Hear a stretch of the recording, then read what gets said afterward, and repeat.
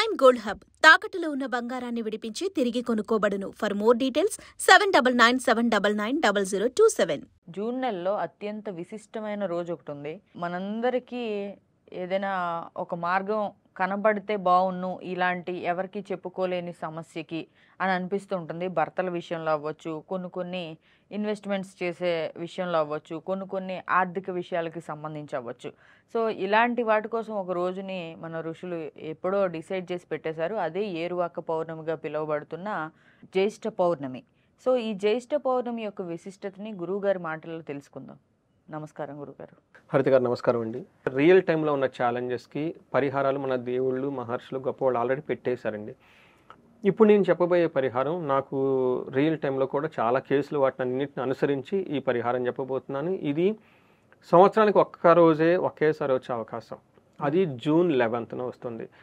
ఎవరికి ఇది చేసుకోవాలి అంటే ఫస్ట్ ఎవరైతే ప్రేమించి పెళ్లి చేసుకుంటారో, పెళ్ళి అయిన తర్వాత వాళ్ళ మ్యారిటల్ లైఫ్ అంత సక్సెస్ఫుల్గా లేదు, తర్వాత ఇద్దరి మధ్య అన్యోన్యత లేదు, బాధపడుతూ ఉన్నారు అన్న వాళ్ళకి ఈ పరిహారం. ఎందుకని గురుగారు ప్రత్యేకంగా వాళ్ళకి మాత్రమే?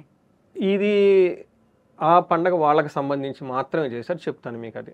సో ప్రేమించి పెళ్లి చేసుకొని లేదంటే ఇష్టపడి పెళ్లి చేసుకొని పెళ్ళి అయిన తర్వాత వాళ్ళ మధ్య డిస్టర్బెన్సెస్ ఉంటే వాళ్ళకు అది వాళ్ళ ఒక కేటగిరీ వాళ్ళకి ఈ పరిహారం చేసుకోవాలి. రెండో కేటగిరీ పెళ్ళయింది, అది అరేంజ్డ్ కానీ లవ్ కానీ, తర్వాత ఇలా హస్బెండ్ XYZ రిలేషన్షిప్స్ అన్ని పెట్టుకొని వీళ్ళని ఇబ్బంది పెడుతూ ఉంటారు. ఇది రెండో కేటగిరీ. అంటే ఫస్ట్ కేటగిరీ దాంట్లో ఒక కేటగిరీ. ఈ సమస్యలు కూడా చాలా పెరిగిపోతున్నాయి, చాలా ఎక్కువ వచ్చేస్తాయండి. ఇప్పుడు కాదండి, పూర్వకాలంలో కూడా ఉండే ఇవన్నీ. సో మనలో తెలిసే కాదేమో ఇప్పుడు అంతా స్టాటిస్టిక్స్ కాబట్టి చూసుకుంటూ ఉంటాం. ఇది ఒక కేటగిరీ. రెండో కేటగిరీ ఏంటంటే మాకు ఫైనాన్స్ బాగుంది, బిజినెస్ బాగుంది, అంతా బాగుంది, బట్ మా బిజినెస్ నెక్స్ట్ లెవెల్కి వెళ్ళాలి, మా లైఫ్ హోల్గా నెక్స్ట్ లైఫ్కి వెళ్ళిపోవాలి, ఒక రొటీన్గా ఉంది, ఏదైనా కొత్తగా కావాలి అనుకున్న వాళ్ళకి కూడాను ఇది రెండో సెట్ ఆఫ్ కేటగిరీ పీపుల్కి ఆ రోజే జూన్ 11నే పరిహారం చేసుకోవచ్చు. మూడవది ఎవరికంటేనండి, మాకు అష్టదరిద్రాలు ఉన్నాయి, పిల్లలు పెళ్లి కావట్లేదు, సంపాదన లేదు, అవమానాలు ఉన్నాయి, దొంగతనాలు పడినాయి, అన్నీ పడిపోయినాయి, లైఫ్ అనేది ముందుకే పోవటం లేదు, ఎన్ని పూజలు ఎన్ని వ్రతాలు చేసినా కానీ అసలు మాకు చిరాకు వచ్చేస్తుందండి, మేము వేరే మతానికి వెళ్ళిపోదాం అనుకుంటున్నామని చాలామంది నాకు ఫోన్లు చేస్తున్నారు. అలాంటి వాళ్ళకి అంటే ఎక్కడ గ్రోత్ లేకుండా అన్ని కష్టాలు పడుతున్న వాళ్ళకి, అలా 3 రకాల వాళ్ళకి ఆ రోజు చాలా విశిష్టమైనది, చాలా తక్కువ ఖర్చుతో చక్కగా మీ ప్రాబ్లమ్స్ అన్ని పోగొట్టుకునే రోజు అది. అది ఏమంటారంటే జ్యేష్ఠ మాస పౌర్ణమి అంటారు, జ్యేష్ఠ పౌర్ణమి అంటారు. మనకు వాడుకలో దీన్ని ఏరువాక పున్నమి అంటారు అనమాట. ఏరువాక పున్నమి అంటే జనరల్ గా రైతులు ఎక్కువ చేస్తారు అనుకుంటా కదా గురుగారు? కరెక్ట్ అండి. ఆ రోజున ఏరువాక పున్నమి మనకి విలేజెస్లో ఇప్పటికీ ట్రాడిషన్, మా విలేజ్లో కూడాను వాట్సాప్లో మెసేజ్లు పెట్టేస్తుంటాను. దాదాపు 30-40 జతల ఎడ్లు ఊళ్ళో మొత్తం తిరిగేస్తాను అనమాట. అక్కడ ఊళ్ళో అమ్మవారు అంకమ్మ దేవాలయం ఉంటుంది, గ్రామ దేవత, అక్కడ వాళ్ళకి పూజ చేసుకొని అక్కడ నుంచి విష్ణు ఆలయం ఉంది, భవనారాయణ స్వామి ఆలయం దగ్గరికి ఎడ్లన్నీ తీసుకుని వెళ్ళిపోయేసి వాటికి పూజ చేసి నవధాన్యాలు అనమాట. మనకు పాట కూడా ఉంది, ఏరువాక సాగాలన్నో చిన్న నవధాన్యాలు పట్టుకొని అని చెప్పేసి నవధాన్యాలు మూట కట్టుకొని తీసుకుని వెళ్ళిపోయేసి ఫస్ట్ భూమిని దున్నుతారు ఆ రోజున. ఫస్ట్ అంటే సంవత్సరంలో నెక్స్ట్ ఇంకా అక్కడ నుంచి ఇంకా అన్ని భూములు దున్నుకోవడం, పంటలన్నీ స్టార్ట్ అయిపోతాయి అనమాట. అంటే పంటలు మళ్ళీ ఫ్రెష్గా స్టార్ట్ చేసే రోజున ఏరువాక పున్నమి అంటారు అనమాట. సో ఆ రోజు విలేజెస్లో పండగ ఇంకా చెప్పేదే లేదు, చాలా చక్కగా ఇప్పటికే చేస్తారు అది. అయితే అది మన అందరికి బాగా తెలిసింది. బట్ తెలవనిది ఇంకొకటి కూడా ఉంది, ఏంటంటే మనం first set of category people తీసుకున్నాం కదండి. వీళ్ళు ఆ రోజు ఏం చేయాలంటేనండి, మర్రి చెట్టు, ప్రతి ఊళ్ళో మనకి ఊరు బయట ఒక మర్రి చెట్టు ఉంటుందండి. మర్రి చెట్టు దగ్గరికి వెళ్ళిపోయేసి వీళ్ళు 11 రౌండ్లు ప్రదక్షిణాలు చేయాలి. చేసిన తర్వాత చేస్తూ వాళ్ళకి దార పోగులు ఉంటాయి కదండి, మనకి బట్టలాగా చుట్టూ ఆ ట్రంక్ మూలం ఉంటుంది కదండి, దాన్ని ఏమంటారు, కాండం, దానికి చుట్టూ వస్త్రంలాగా వాటి 11 పోగులు, 3 పోగులు తీసుకొని 11 రౌండ్లు చేయాలి. వీళ్ళు 11 ప్రదక్షిణాలు చేయాలి, దీపారాధన చేయాలి. చేసిన తర్వాత ఇమ్మీడియట్లుగా 3 అన్న సంఖ్య చాలా ఇంపార్టెంట్. జ్యేష్ఠాదేవికి 3, జ్యేష్ఠ మాసం 3 అనేది చాలా ఇష్టం. 3 తమలపాకులు, 3 వక్కలు, 3 అరటిపళ్ళు, ఇలా 3 సెటిల్ చేసి 3 కంటే ఎక్కువగా చేసి అందరికీ ఇవ్వాలండి, తాంబూలం ఇవ్వాలి, ముత్తైదులకు తాంబూలం ఇవ్వాలని చెప్తారు. లేదంటే సుహాసిని పూజ అంటారు, పెళ్లి కాని అమ్మాయిలు కూడా ఇవన్నీ కనుక ఇవ్వాలి. ఎంతమందికి అయితే అంతమందికి ఇచ్చేసి. అంటే దీపం కూడా ఇవ్వాలా గురుగారు? దీపం అవసరం, చెట్టుకి పూజ చేయాలి. ఆ చెట్టుకు పూజ చేసి ఓన్లీ 3 అరటిపళ్ళ, 3 అరటిపళ్ళు ఒక సెట్ గా పెట్టి ఇవ్వాలా? 3 అరటిపళ్ళు, 3 ఆకులు, 3 వక్కలు, 3 వక్కలు ఇది ఒక సెట్.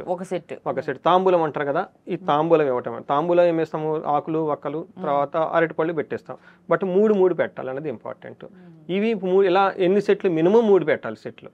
ఎన్నైతే 3 సెట్లు, ముగ్గురికి, నలుగురికి, 5గురికి, 6గురికి అలా ఇచ్చి, బట్ మినిమం 3గురికి ఇవ్వాలి. ఇచ్చి దానికి ముందు మనం సింపుల్గా మర్రి చెట్టుకి పూజ చేయగలగాలి. ఎంత అయ్యలైతే అంత సింపుల్గా, ఎంత గ్రాండ్గా అంత వాళ్ళ యొక్క, బట్ ఖచ్చితంగా పూజ చేయడం అనేది ఇంపార్టెంట్. దీపారాధన చేసి కడ్డీలు ముట్టించి చెట్టుకి పూజ చేయటం అనేది చేస్తే ఆ పూజ అంతటితో అయిపోతుంది. ఇలా చేయటం వల్ల ఏమవుతుందంటే ఈ భార్యలకి భర్తని రక్షించుకునే ఒక సామర్థ్యం వచ్చేస్తుంది. వీళ్ళకి అన్యోన్యత పెరుగుతూ ఉంటుంది. సో మనకి దీన్ని ఏమంటారంటే వట సావిత్రి వ్రతం అంటారు. మనకి సావిత్రి అంటే మనకి ప్రతి వ్రతానికి ఒక కథ ఉంటుంది. వినాయక చవితికి కూడా ఒక వ్రతానికి ఒక కథ ఉంటుంది, తర్వాత దీపావళికి ఒకటి ఉంటుంది. అలానే దీనికి కూడా ఒక కథ ఉందండి. మనకి సావిత్రి, సతీ సావిత్రి అని చెప్పేసి అందరికి తెలుసుంటుంది కదండి. ఆమె వాళ్ళ భర్త చనిపోతే యముడిని ఎదిరించి భర్తని తెచ్చుకుంటుంది. అంటే ఆమెకు ఆ శక్తి ఎక్కడి నుంచి వచ్చిందంటే ఈ వట వృక్షానికి పూజ చేయటం వల్ల ఆ పవర్ ఆమెకు వచ్చింది. సైంటిఫిక్ గా దీన్ని ఎలా చూడాలి గురుగారు? సైంటిఫిక్ గా కూడా అంతేనండి. మనకి ఏదున్నా కానీ నేచర్ లోంచి మనకి సపోర్ట్ కావాలి కదా. We are nothing but a vibration అంటారు. మన ఒళ్ళంతా హ్యాలో ఉంటుంది కదా, కళ్ళు ఎంటీ, బోన్స్ ఎంటీ, శరీరం అంతా ఎంటీ, లోనేమో ఉండదు, ఖాళీ ఉంటుంది కదా. ఈవెన్ ఈచ్ సెల్లో కూడా ఎంటీనెస్ ఉంటుంది అనమాట. We are nothing but a vibrations. మనకున్న వైబ్రేషన్స్ని, మనకున్న దాన్ని, నేచర్లో ఉన్నదాన్ని మన స్ట్రెంత్గా చేసుకోవటం. మనకు ఒక శక్తి కావాలి కదా, మన నేచర్ నుంచి తీసుకోవటం కదా. ఆ కెపాసిటీ వీళ్ళకి రావాలి. అదే కదా మిస్ అయింది. మనం చదువుకుంటేనే కదా మనం చూడగలిగేది. మనం అందుకని తపస్సులు చేయాలి, పూజలు చేయాలి, యజ్ఞాలు చేయాలి. ఎందుకంటే మనకున్న లిమిటేషన్స్లో మనం కొన్ని పనులు చేయలేకపోతుంటాం. అలానే భార్యాభర్తలు ప్రేమించి పెళ్లి చేసుకున్నారు, కానీ తర్వాత ఏదో కొన్ని కారణాల వల్ల వాళ్ళిద్దరి మధ్య హార్మోని డిస్టర్బ్ అయిపోయింది. అది ఎందుకైంది? ఒక అట్రాక్షన్ వాళ్ళ మధ్య పోయిందనమాట. అది మళ్ళా తిరిగి తీసుకొచ్చుకునే అవకాశం ఈ ప్రక్రియ ఇది. అందుకని మనకి సతీ సావిత్రి. అయితే మనకి సతీ సావిత్రి మరీ టూ మచ్ నెగిటివ్గా చేసేసి అది ఒక అలాగా చేశారు. బట్ అది కాదు. బట్ ఇన్లైన్ థియరీ ఏమంటేనండి, అందులో ఆ సతీ సావిత్రి అన్న మనిషికి చనిపోయిన వాళ్ళ హస్బెండ్నే తిరిగి తీసుకొచ్చుకునేంత పవర్ ఎలా వచ్చిందంటే ఈ వృక్షానికి పూజ చేయటం వల్ల వచ్చింది. ఏ రోజు చేసింది ఆమె? జ్యేష్ఠ మాస పౌర్ణమి రోజున చేయటం వల్ల ఆ పవర్ వాళ్ళకి పౌర్ణమి రోజు. అవును. అందుకని ఎవరు ఫస్ట్ కేటగిరీ, రెండో కేటగిరీ కూడా చెప్పుకున్నాం. హస్బెండ్ వచ్చేటప్పటికి రకరకాల రిలేషన్షిప్ పెట్టేసుకుని ఇబ్బంది పెడుతూ ఉంటాడు, తాగుడు బానిసే ఉంటాడు, వాళ్ళు రావట్లేదండి, మా మాట ఇంట్లేదు, ఇంట్లో పట్టించుకోవట్లేదు అంటారు. ఇలాంటి వాళ్ళకు కూడాను ఆ మహిళలకి వాళ్ళకి ఏమంటారు, భార్యలకు ఆ శక్తి రావాలంటే ఈ పని చేయాలి. ఓకే. ఇది ఎక్కడ చెప్పారంటే మనకి ఆల్రెడీ సతీ సావిత్రి అని ఒక వ్రత కథలో కూడా ఉందన్నమాట. ఆమెకు ఆ పవర్ ఎలా వచ్చిందంటే ఇది ఒక సీక్రెట్. చెప్పాలంటే భర్తల మీద గ్రిప్ కోసం అన్నమాట ఈ వ్రతం. గ్రిప్ కోసమనే చెప్పుకోవాలి. చాలా మంది అడుగుతుంటారు, ఏమండి మాకు మా హస్బెండ్ మాట ఎంటలేదండి, ఏదైనా వశీకరణ మంత్రం ఏంటి, ఏమండి మాకు మొన్న ఎవరు అడిగారు మురుగు ముందు కావాలండి మీరు ఇస్తారా అని చెప్పి. ఎందుకంటే లేదండి మా హస్బెండ్ మాట ఎంటలేదండి. అదంతా ఏం వద్దండి, చేయండి ఆటోమేటిక్. రెండో కేటగిరీ మనం ఏం చెప్పుకున్నామంటే ఎవరైతే అంతా బాగుంది బట్ నెక్స్ట్ లెవెల్కి వెళ్ళిపోవాలనుకున్న వాళ్ళకి నువ్వులు 250 గ్రాములు ఎవరికైనా దానం చేస్తే సరిపోతుంది. ఒక్క చిన్న పరిష్కారం. అందులో ఆ రోజున గనక నువ్వులు గనక దానం చేస్తే అశ్వమేధ యాగం చేసినంత ఫలితం వస్తుందంట. చూడండి, ఒక్క చిన్న టెక్నిక్. అంటే సరే, అందుకని గురువులు కావాలంటే సరే. కొంతమంది చూడండి జీవితంలో తెగ ఎదిగిపోతూ ఉంటారు.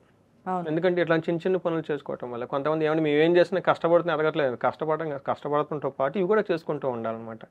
అది రెండో ప్రక్రియ. మూడో కేటగిరీ ఏంటంటే నానా విధాలు ఇబ్బందులు పడిపోతుంటారు, అష్ట కష్టాలు పడిపోతుంటారు, అవమానాలు ఉంటారు, ఏది చేసినా ఎక్కి రాదు, పెళ్ళి కావు. ఇలాంటి వాళ్ళకి ఇంకొక టెక్నిక్ అందులో, అది కూడా అదే రోజు చేయాలి. ఏం చేయాలంటే వాళ్ళు వెరీ సింపుల్గా 300-400తోనే వీళ్ళకి ప్రాబ్లమ్స్ అన్ని పోతాయి. ఫస్ట్ వీళ్ళకి ఆ రోజున గొడుగులు దానం చేయాలి. గొడుగులు తర్వాత చెప్పులు దానం చేయాలి, విసనకర్రలు దానం చేయాలి, తర్వాత చందనము దానం చేయాలి. గంధపు డబ్బాలు.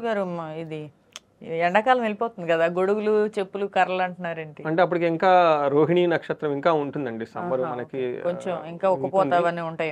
ఎందుకంటే గొడుగు అంటే వర్షం పడవచ్చేమో. ఓకే.